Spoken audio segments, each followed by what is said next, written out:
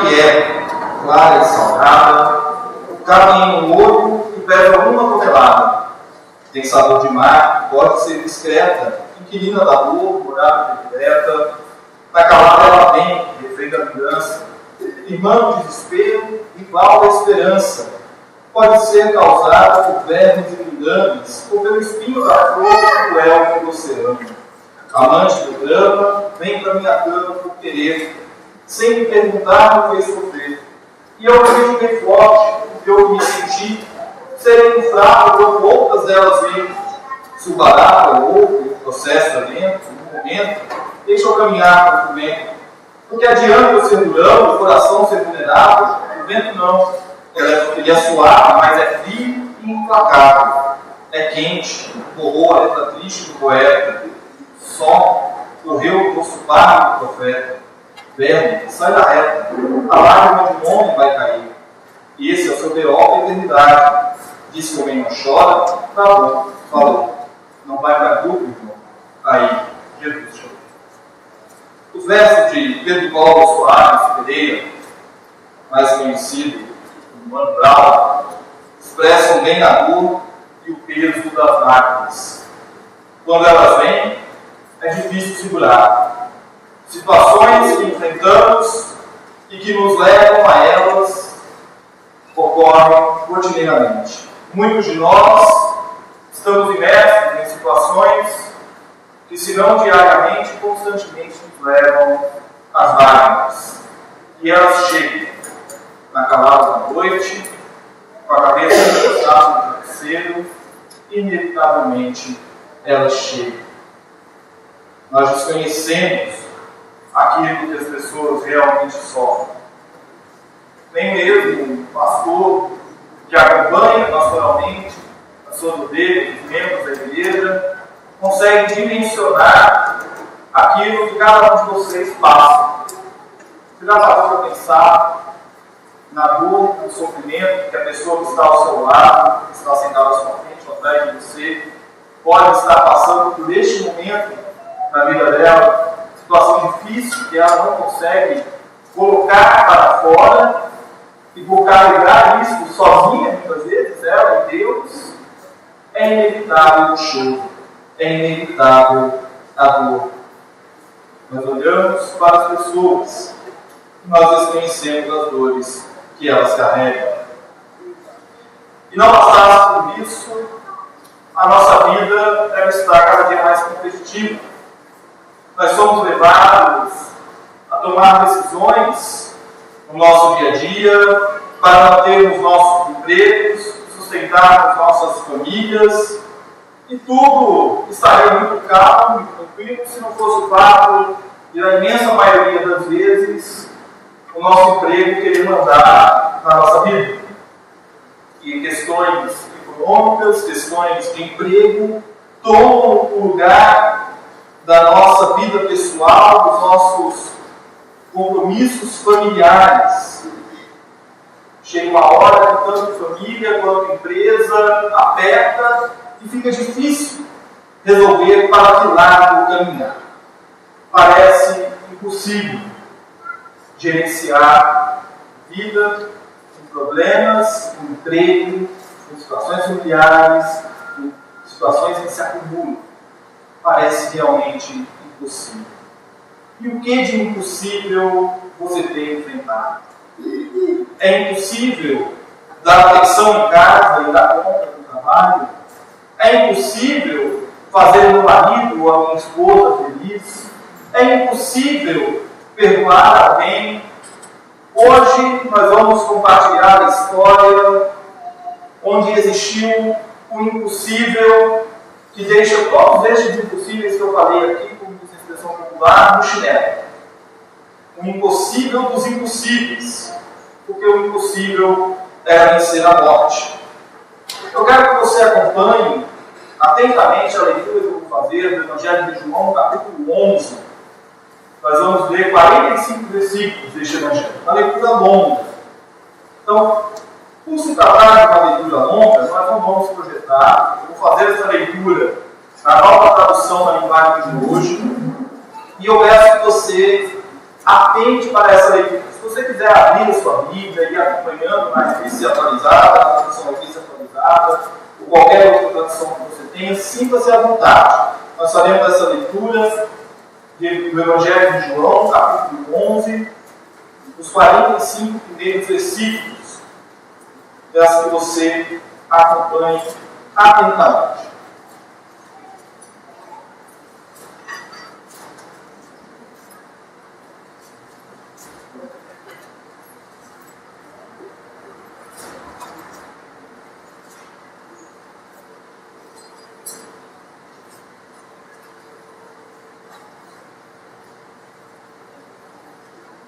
João, capítulo 11,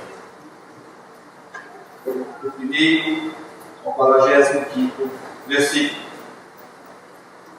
Um homem chamado Lázaro estava doente. Ele era do povoado de Betânia, onde Maria e sua irmã moravam.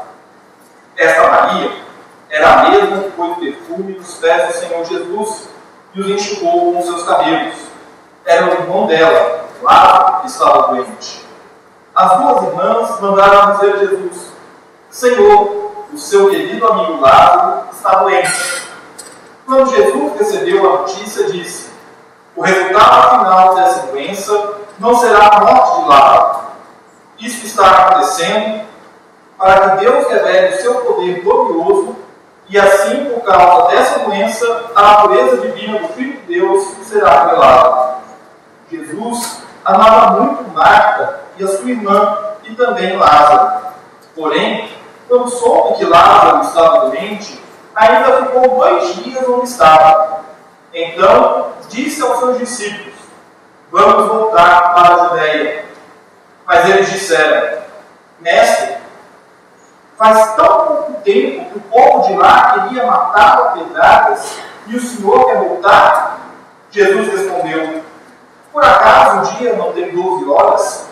Se alguém anda de dia, não tropeça, porque vê a luz deste mundo. Mas se anda de noite, tropeça, porque nele não existe luz.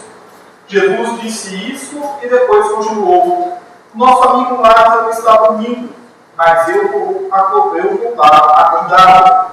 Senhor, se ele está dormindo, isso quer dizer que vai ficar bom, disseram eles.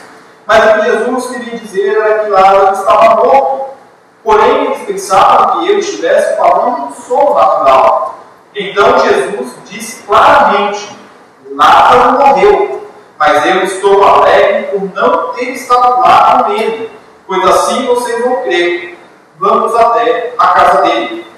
Então Tomé, chamado Gêmeo, disse aos outros discípulos: vamos nós também, a fim de morrer com o mestre. Quando Jesus chegou, já fazia 4 dias que Lázaro havia sido sepultado. Betânia ficava a menos de 3 quilômetros de Jerusalém, e muitas pessoas tinham vindo visitar Marta e Maria para se consolarem por causa da morte do irmão.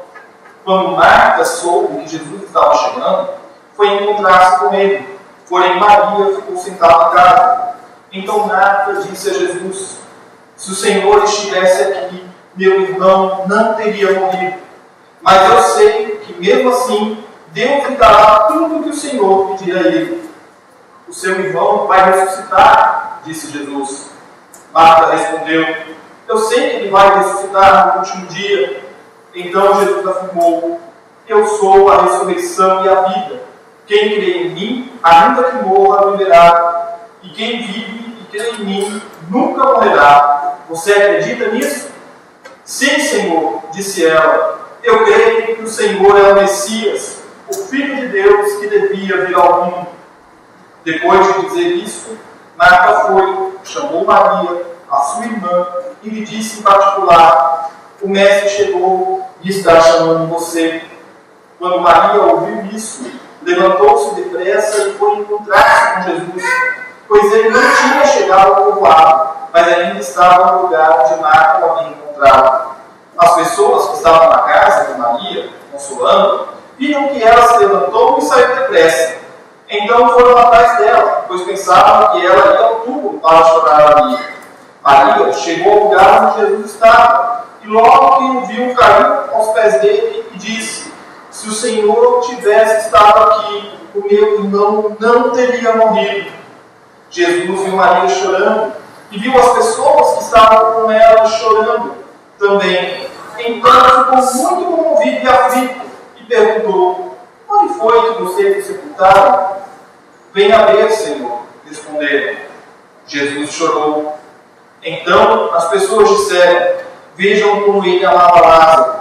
Mas algumas delas disseram: ele curou o cego. Será que não poderia ter feito alguma coisa para que Lázaro não morresse? Jesus ficou outra vez muito comovido. Ele foi até o túmulo, que era uma gruta com uma pedra colocada na entrada, e ordenou: tirem a pedra. Marta, a irmã do outro, disse: Senhor, ele está cheirando mal, pois já faz 4 dias que foi sepultado.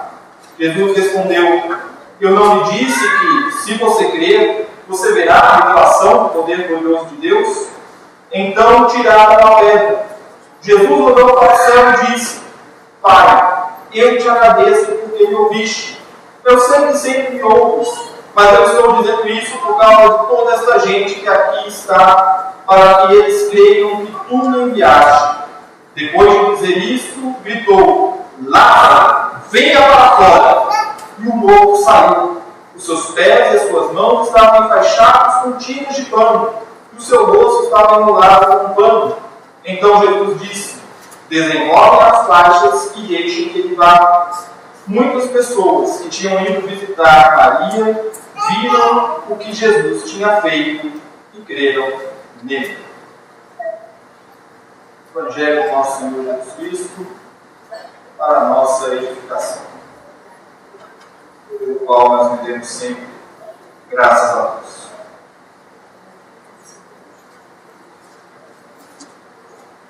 Os textos do calendário litúrgico do Evangelho, durante o período da Quaresma, eles falam do caminho de Jesus até a crucificação.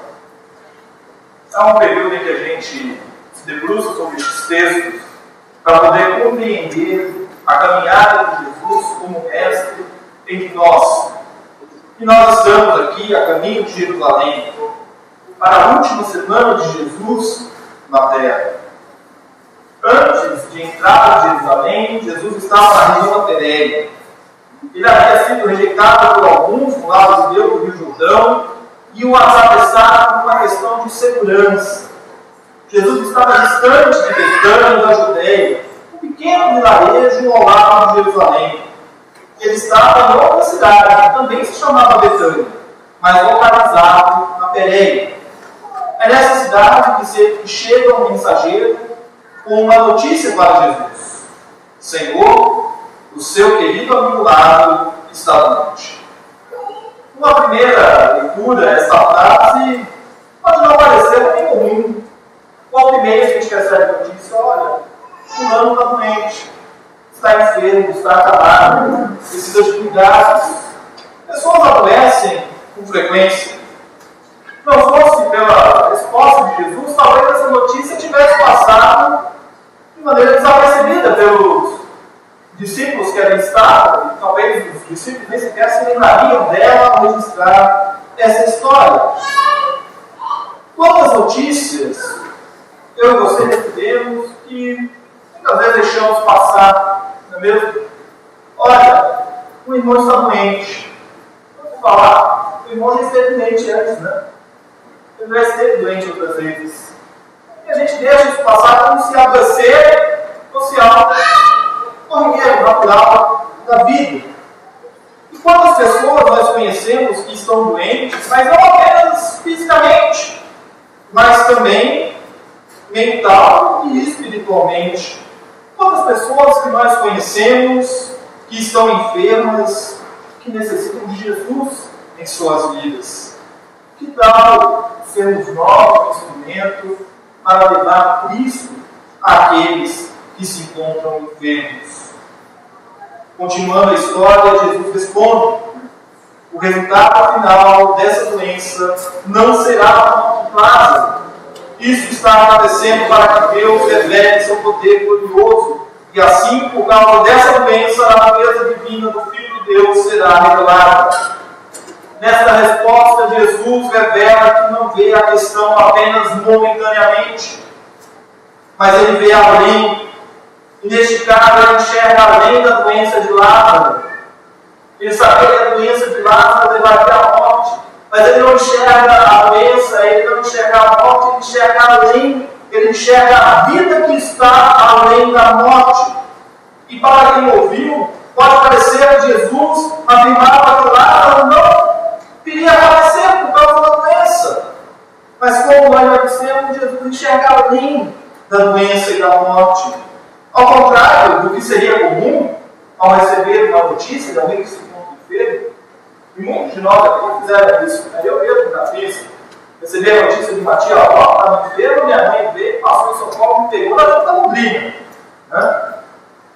Fulano está nas últimas, né?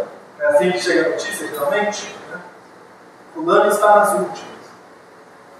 Qual é a primeira coisa que a gente faz? Correr, para despedir, para dar o último abraço, né? Para dizer o quão importante para essa pessoa na nossa vida. Mas Jesus não. Ele recebe essa notícia e ele ainda permanece 2 dias, ao invés de já sair em direção a Betânia, na Judéia, que ficava cerca de 2 a 6 dias de viagem onde ele estava. Se a doença e morte de Lázaro seria o meio pelo qual o poder glorioso de Deus seria revelado, nada como dar o tempo necessário para que Deus mesmo atue da melhor maneira possível. E assim é que Jesus permanece mais 2 dias em Betânia da Pérea. Nós olhamos para as dificuldades da nossa vida, nós olhamos para os problemas da nossa vida, e como tudo nessa vida, né, a gente quer apertar um botãozinho mágico da oração, né, então eu ali aperto o botão mágico da oração e o problema se resolve. Né? Como se fosse um caixa automático de banco, você vai sacar dinheiro, você vai lá, acerta o cartão, digita a senha, pega na hora. Né? E a gente pensa que é assim. Mas não é. Diante do problema, diante do impossível de Deus, o que Jesus nos ensina nessa passagem é que o melhor que nós temos a fazer é dar tempo para que Deus atue. Ele tem o tempo certo. Ele sabe a hora certa de promover o milagre. E se deve promover o milagre, a nós cabe confiar, cabe crer que Ele tem o melhor para nós. Quantos de nós conseguem exercitar a sua fé a ponto de encarar os problemas da vida olhando além daquilo que está imediatamente à nossa frente? Não seria mais fácil entregar-se aos problemas do que enfrentá-los? Quem enxerga além dos problemas vê que há esperança. E esta esperança tem nome. Este nome é Jesus. Ele tem o melhor para nós. Contando a história. Após 2 dias, Jesus decide que é hora de voltar para a Judéia. A primeira reação dos discípulos é de temor. Não fazia muito, 2 dias, 3 dias atrás, eles saíram da Judéia porque o povo justamente queria apedrejá-los. Nós voltarmos um pouco no texto do Evangelho, nós vamos ver que Jesus sai dali corrido porque as pessoas queriam matá-lo, queriam tacar pedras nele. E o temor dos discípulos é rebatido por Jesus com uma sentença um tanto quanto enigmática, mas que nos leva a um entendimento bastante compreensível. É preciso trabalhar. Enquanto podemos, é preciso trabalhar para Deus, e trabalhar para Deus é estar disposto a caminhar as 12 horas do dia com Ele. Enquanto ainda temos luz, nós devemos caminhar. Aliás, é muito interessante. Se alguém anda de dia, não tropeça porque vê a luz deste mundo. Mas se anda de noite, tropeça porque nele não existe luz. O que Jesus está querendo dizer com isso? Jesus está querendo dizer, olha, a luz de Deus já está com você. Você não tem desculpa para falar assim, olha, não, eu não vou porque eu tenho medo porque é escuro. Não é escuro. A luz de Cristo já está contigo. já está iluminando o seu caminho. A palavra de Deus, que é lâmpada para os nossos pés e luz para os nossos caminhos, não é à toa que o salmista escreve isso, vem justamente para clarear aquilo que está escuro e nos mostrar a direção que nós devemos seguir. Não se trata de um manual de instruções de como se operar, mas se trata de uma palavra que vem trazer entendimento diante daquilo que nós enfrentamos. E é por isso que a gente não pode temer as adversidades da nossa vida. Porque elas vêm. As dificuldades existem. Elas estão aí. E Jesus está conosco a iluminar o nosso caminho, a nos dar a direção. Os discípulos ainda não compreendem que Jesus reforça no seu milagre que está dormindo. Mas nós vamos lá para acordar. E os discípulos falaram: você está dormindo? Que bom, né?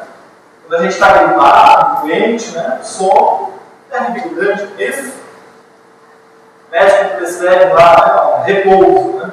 Fazer para dormir bastante. Está repousando, vai se revigorar, a saúde vai, né? Vai melhorar. Mas o que os discípulos não compreenderam era que este dormir não significava um sono natural. Aliás, é até interessante, eu não sei se eles não quiseram compreender, isso é uma dúvida que nenhum comentarista consegue responder. Eu não sei se os discípulos não quiseram compreender que Lázaro estava morto, ou se de fato eles não entenderam mesmo. Né? Por quê? Porque a comparação, o uso da imagem do sono para a morte, não era algo novo para eles. Gênesis 47:30, 2 Samuel 7:12, Mateus 27:52, Atos 7:60, 1 Tessalonicenses 4:13, são exemplos de passagem que mostram o sono relacionado com a morte. Então não era algo estranho para aqueles discípulos ouvir que fulano de tal dorme. Aliás, até bem pouco tempo atrás, talvez os mais antigos vão se lembrar disso, né? Quando alguém corria, falava assim: fulano dormiu o sono eterno. Então, não era uma expressão incomum, não era uma expressão difícil de entender. Eu não sei se os discípulos temeram voltar para a Judéia por conta das ameaças. Eu não sei se eles pensavam assim: não, ele já acabou, não precisa ir lá. Já morreu, não tem mais o que fazer, morreu, acabou. Acabou, morreu, não tem mais solução. No entanto, Jesus vai lá e afirma literalmente: Lázaro morreu. Mas eu estou alegre por não ter estado lá com ele. Que loucura, né? Fulano morreu e eu estou feliz que eu não estava lá. Eu estou feliz que não estava lá. Mas eu estou feliz porque agora vocês vão crer. Vamos até lá. E aí Tomé, diante de tamanha ordem de Jesus, chama os discípulos: vamos lá para nós também morrermos com ele. Já que é para se apedrejar, não todo mundo, né? Vamos todos. Nós somos chamados a trabalhar pelo reino de Deus. Quantos de nós está disposto a cumprir essa missão? Nós não precisamos largar os nossos empregos, nem fazermos cursos de treinamentos para isso. Nós podemos trabalhar pelo reino de Deus, onde estamos, com o conhecimento de Deus. Porque nós trabalhamos para o reino de Deus testemunhando. Nós trabalhamos para o reino de Deus por meio de nossas atitudes e nossas palavras, mostrando aquilo que Deus fez e faz em nossas vidas. A gente de Tomé, aceitando o desafio de Jesus e seguindo a Cristo em direção ao apedrejamento, se for necessário, mas até que ponto nós estamos dispostos a de fato acompanhar Jesus? Nós estamos dispostos, muitas vezes, a não concordar com aquilo que falam a respeito disso. Nós estamos dispostos, muitas vezes, a nos calarmos diante de situações que nós devemos falar. Nós estamos dispostos a simplesmente aceitar. Já morreu, acabou. A gente aceita a circunstância da vida como ela estamos dispostos a agir. A agir diante daquilo que é impossível, mas que para o nosso Deus se torna realidade, se torna possível, se torna verdade. Às vezes a gente fica como discípulos, calados, inertes, quietos diante das situações da nossa vida. Quando na verdade nós deveríamos pegar a mão de Jesus e falar: vamos sim, vamos lá. É para lá, nós vamos. Eu sei que lá não está captando a gente, mas eu vou contigo. O Senhor está comigo, eu vou. Para mim parece tudo muito escuro, mas quando chegar lá, o Senhor vai clarear tudo. Eu vou compreender exatamente. Quem está disposto? Quem está disposto a viver a luz do Evangelho, onde quer que seja? Nosso amigo Lázaro está dormindo, mas eu vou acordar. Ele morreu. Impossível. Não morreu. Como é que você vai acordar? É possível. Porque a gente não vai com qualquer um. A gente não vai no nosso nome. A gente não vai no nome do pastor, no nome do presbítero, no nome da igreja. A gente não vai com o nome de nenhum desses. Nós vamos em nome de Jesus. Nós vamos com Jesus. É Ele que vai à nossa frente. E é por isso que o impossível se torna possível. Após 2 ou 3 dias de viagem, Jesus está próximo de Betânia da Judéia. E antes de entrar na vila, Jesus encontra-se com as irmãs de Lázaro. O primeiro encontro de Jesus foi com Marta. Talvez alguém tenha ido até a casa, avisá-las. Jesus estava chegando. E provavelmente Jesus não pudesse passar pela casa de Marta no dia. E ao saber da notícia, Marta se levanta, corre em direção ao mestre. Maria fica em casa, sendo consolada pelas visitas que ali estava. E ao encontrar-se com Jesus, Marta despesa toda a sua angústia. Se o Senhor estivesse aqui, o meu irmão não teria morrido. Se o Senhor estivesse aqui, o meu irmão não teria morrido. Um desabafo de desespero. Mas um desabafo principalmente envolto pela certeza de que Jesus poderia amparar. Ela sabia quem era o único poderoso para solucionar o que ela vivia. Jesus, compreendendo o desespero de Marta, antecipa-lhe o que ele veio fazer em Betânia. E Marta, talvez envolvida com os sentimentos da perda do irmão, e também o sentimento de se encontrar com o mestre, ela não consegue compreender que Jesus ressuscitaria Lázaro. E ela diz: eu sei que ele vai ressuscitar no último dia. Jesus diz para ela: não é no último dia, Marta. Não é no último dia. É hoje. É agora. Não é apenas no último dia. Então, Jesus afirmou: eu sou a ressurreição e a vida.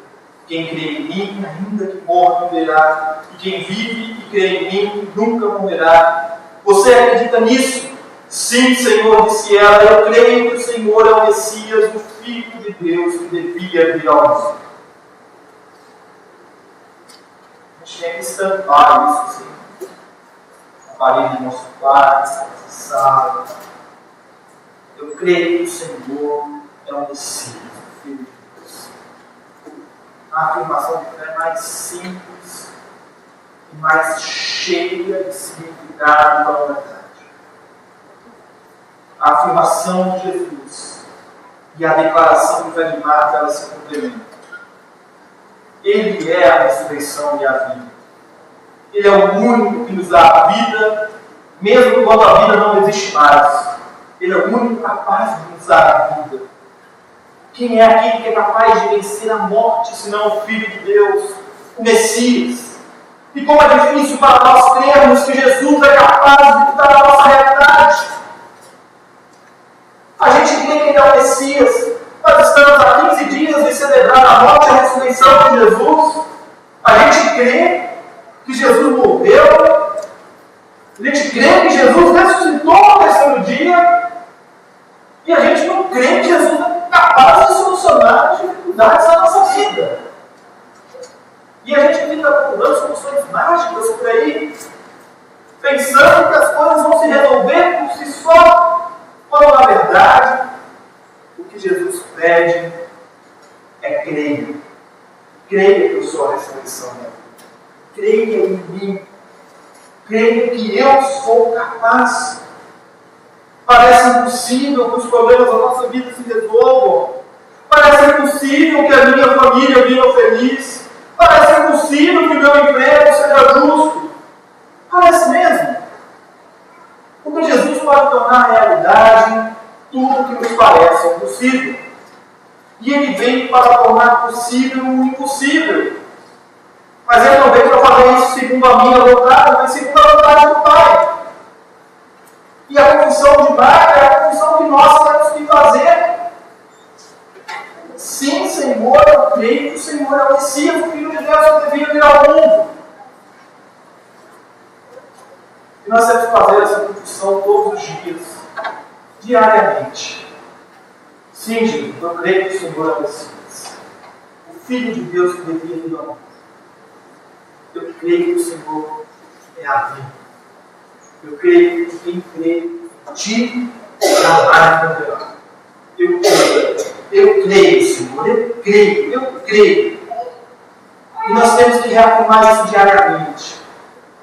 Porque aí quando a gente estiver passo a passo com aquele problema, e às vezes a gente não precisa nem sair da cama, né? Os problemas do nosso lado, né?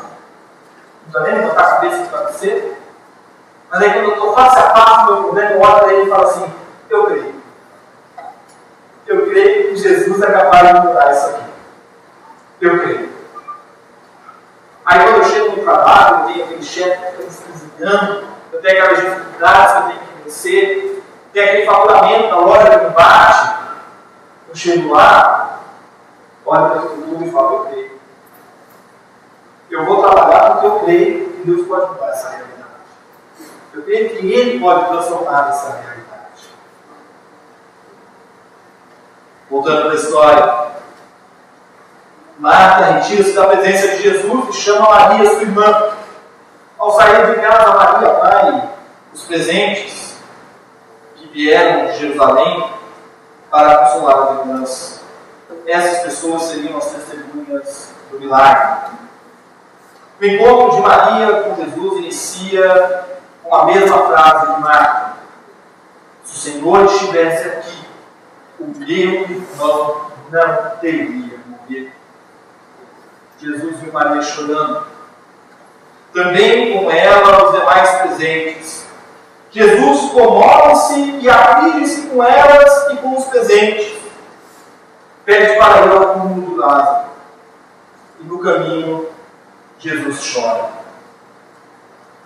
A palavra grega do choro de Jesus é dákis.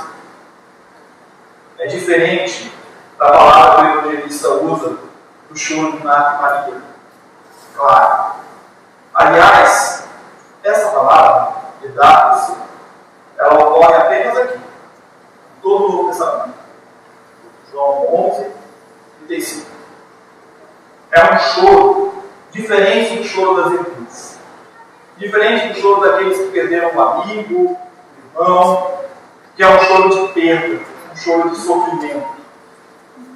O termo grego, edakis, remete a um choro que vem da alma. Um choro que mexe com todo o corpo. Não à toa, o evangelista afirma que Jesus, muito comovido, se eu não me engano, João Ferreira de Almeida, diz, agitado em seu espírito, Jesus chora. Poderíamos dizer que este choro de Jesus é o choro de quem se coloca no lugar dele e sente em sua própria alma a dor que o outro está sentindo. E sente tanto essa dor que não consegue conter em si mesmo. E quando a gente lê Jesus chorou, eu não sei qual é a imagem que vem à sua mente, mas eu Imagino Jesus chorando compulsivamente. Eu não imagino Jesus chorando com o choro de novela, né? Educadamente. Eu não imagino tudo. Eu imagino um choro compulsivo, um choro sentido, um choro de quem está sentindo a dor do outro em si mesmo. E é interessante olhar para esse verbo utilizado aqui pelo evangelista, a única vez que ele é usado no Novo Testamento. Por quê? Porque ele nos revela como Jesus quer que a gente viva. Ele quer que a gente sinta. Ele quer que a gente se coloque no lugar. Ele quer que a gente ame tanto o nosso próximo, mas tanto, que é como se ele fosse a gente. Então, quando ele sofre, quando ele chora, quando ele passa por um momento de dor, eu passo junto. Eu sofro junto. Eu lamento junto. E eu estou ao lado junto. Por um instante, aqueles judeus ali presentes presenciam o amor de Jesus por Lázaro e se questionam. Ele curou o cego, será que não poderia ter feito alguma coisa para que Lázaro não morresse? Eles não conseguiam enxergar além da doença e da morte. Jesus, sofrendo com eles, enxergava além da doença e da morte. Numa sociedade cada dia mais individualista, onde cada vez mais o que importa é o seu sucesso e os outros são seus concorrentes. Será que temos chorado com os que choram? Será que temos estendido a nossa mão? Será que temos nos importado com as pessoas? Com as pessoas? Não com o que elas têm a nos oferecer? Será que nós temos olhado para os nossos colegas de trabalho como concorrentes? Ou será que nós temos olhado para os nossos colegas de trabalho como alvos da graça de Deus? O que nós temos feito para consolar o nosso próximo? Pode parecer loucura, mas quando a gente olha para a nossa sociedade, a gente percebe que as pessoas estão cada vez mais distantes de suas famílias, cada vez mais distante de seus sonhos, cada vez mais distante de Deus. Tudo por conta de uma rotina massacrante de que você tem que vencer, você tem que ser o melhor, você tem que vender mais, você tem que produzir mais, você tem que fazer mais coisas, você tem que dar o melhor resultado, não importa o preço que se paga por isso. A pressão é alta. Quando a gente olha ao redor, os que poderiam nos ajudar, muitas vezes são nossos inimigos. A gente desatendeu o amado próximo, então nós precisamos atender. Nós precisamos atender. Nós precisamos esperar o tempo de Deus. Mas nós precisamos esperar o tempo de Deus fazendo a nossa parte, sendo fiel e obediente a Ele, amando o nosso próximo, trabalhando corretamente. Nós não devemos enxergar apenas a necessidade do momento, mas nós devemos enxergar a linha dela. Nós devemos ver que após as batalhas para a vida, as batalhas para a vitória no campo pessoal, profissional, essas vitórias, essas conquistas, elas têm um preço muito alto. Quantas famílias, quantos lares destruídos, porque o pai, ou a mãe, ou o filho priorizou o trabalho, priorizou os amigos na rua, priorizou qualquer outra coisa que não que era necessário priorizar, que é a família, que é a casa, que é Deus, é onde Deus atua. E a gente entra nessa roda, nesse ciclo vicioso, nessa sociedade desigual, e a gente acha isso normal. É normal. É normal eu não ver o meu filho crescer. É normal deixar o meu filho lá na creche o tempo inteiro. É normal quando eu chego em casa, ao invés de dar atenção para o meu filho, eu sentar na televisão e ficar assistindo qualquer outra coisa. É normal? Não, não é normal. Não é. Não é para isso que Deus nos criou. Não é para isso que Ele nos uniu em família. Não é para isso que Ele te colocou na família em que você está. Não foi para isso que Ele se pegou na cruz, para morrer por mim e por você. Para que as nossas vidas e nossas famílias não sejam despedaçadas. Nós precisamos mudar de atitude. Diante daquela cena, Jesus pede que tirem a pedra da frente do túmulo. Mais uma vez, vai estar Marta, confusa, como Jesus. Faz 4 dias que morreu. O senhor tem certeza? O cheiro aí não deve estar muito bom, né? 4 dias é para tirar. Mais uma vez, a gente é como Marta, né? Deus está dizendo, vai lá, filho, remove essa pedra. E a gente está falando, Deus, você não está entendendo, Deus. Amor faz 4 dias. Mas Deus está falando, remove a pedra, meu filho. Eu não te disse, se você cresce, você veria a glória de Deus. Então creia. Creia. Creia que Ele pode remover a pedra que está na sua frente agora. Inveja, mentira, relacionamento errado, mágoa. Qual é a pedra? Qual é o tamanho dessa pedra? Qual é o tamanho do túmulo que tem que ser aberto? É o nosso passado? É a nossa função? É resolver os problemas? É isso? Então vamos remover essa pedra. Não eu. Não pelo meu mérito. Mas pelo mérito de Deus. É Ele que dá a ordem. É Ele que sabe, inclusive, o tempo certo de remover a pedra. Não era para ser removido no 3º dia. Era no 4º. Nem no 5º.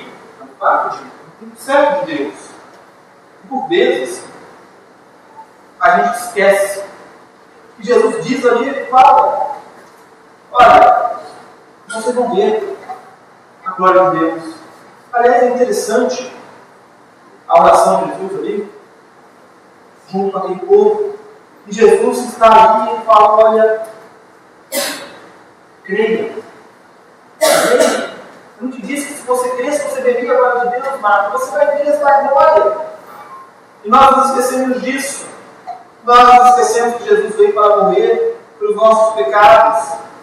Nós costumamos falar com Deus, pedir a Ele que mude as nossas vidas, nossos relacionamentos, mas dificilmente a gente louva pela vida que a gente tem, dificilmente a gente agradece pela misericórdia, pelo perdão.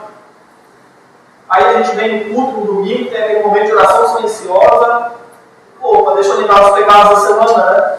Como se a gente tivesse que rezar o texto, finalmente, dos nossos pecados para Deus. Né? Mas é ali, diante daquela situação, daquele impossível, aonde Deus diz, é impossível para você, porque para mim você vai ter a glória.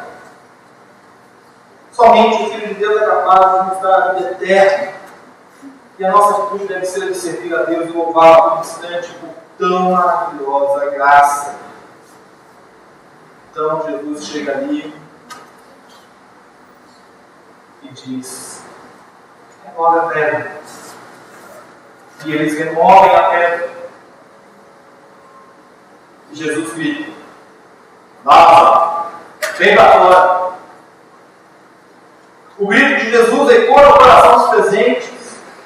E aos poucos começa a sair de dentro daquele túmulo lá, envolto em panos e tiras. Jesus faz o impossível. Ele chama Lázaro da morte para a vida. Um dia, um belo dia, quando completou-se o tempo de Deus, o tempo determinado dele, não foi o tempo que o seu pai ou a sua mãe quis, não foi o tempo que você quis, foi o tempo que Deus determinou. Ele olhou para a minha vida e para a sua vida e falou assim, Giovanni, vem para fora, meu filho. Sai desse túmulo que você está vivendo. Ele olhou para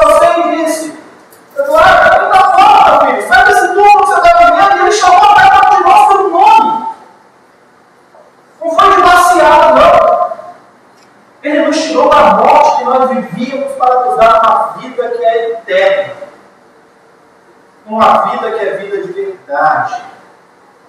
Não é essa vida que se vive por viver. Não é essa vida baseada em grupo. Não é essa vida baseada no status social. Não é essa vida baseada nos valores que a sociedade insiste em nos impor. Não. É vida eterna. É vida de verdade. É vida real.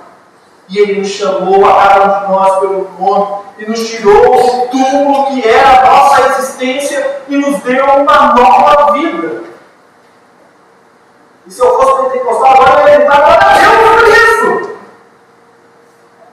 Porque nós estávamos mortos, mas Ele nos resgatou. Ele nos chamou para a vida. E hoje nós estamos aqui, diante das dificuldades das nossas vidas, olhando para a dificuldade que é enfrentar cada uma delas. E Jesus está dizendo para a gente, meu filho, se você crer, você vai ver a glória de Deus. Creia. Creia. Muitas pessoas que tinham ido visitar a Maria, viram o que Jesus tinha feito e creram nele.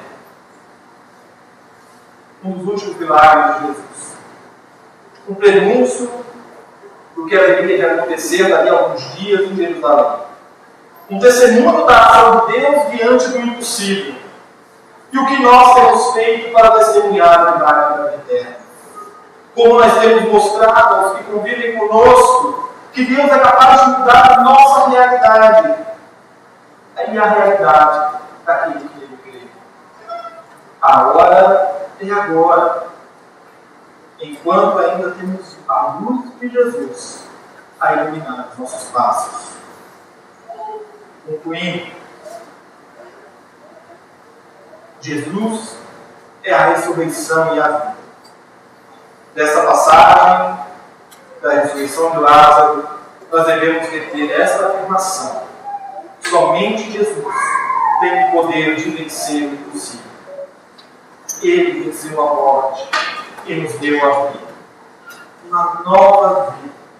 Para que possamos viver de maneira digna, anunciando a vida com Cristo a todos, anunciando pelo testemunho, pelas palavras e pelas atitudes.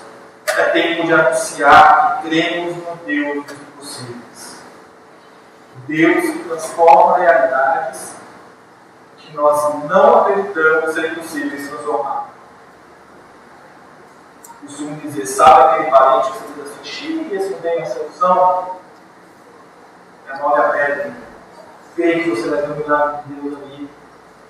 Eu creio. Eu creio nisso. Eu creio.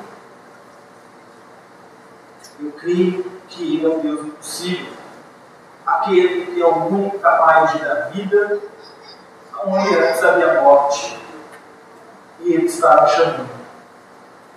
Igreja Presbiteriana Independente de Araraquara. Vem, sai para fora. O Mestre está chamando. Vamos viver para servir a Deus. Hoje e sempre. Que Deus nos abençoe.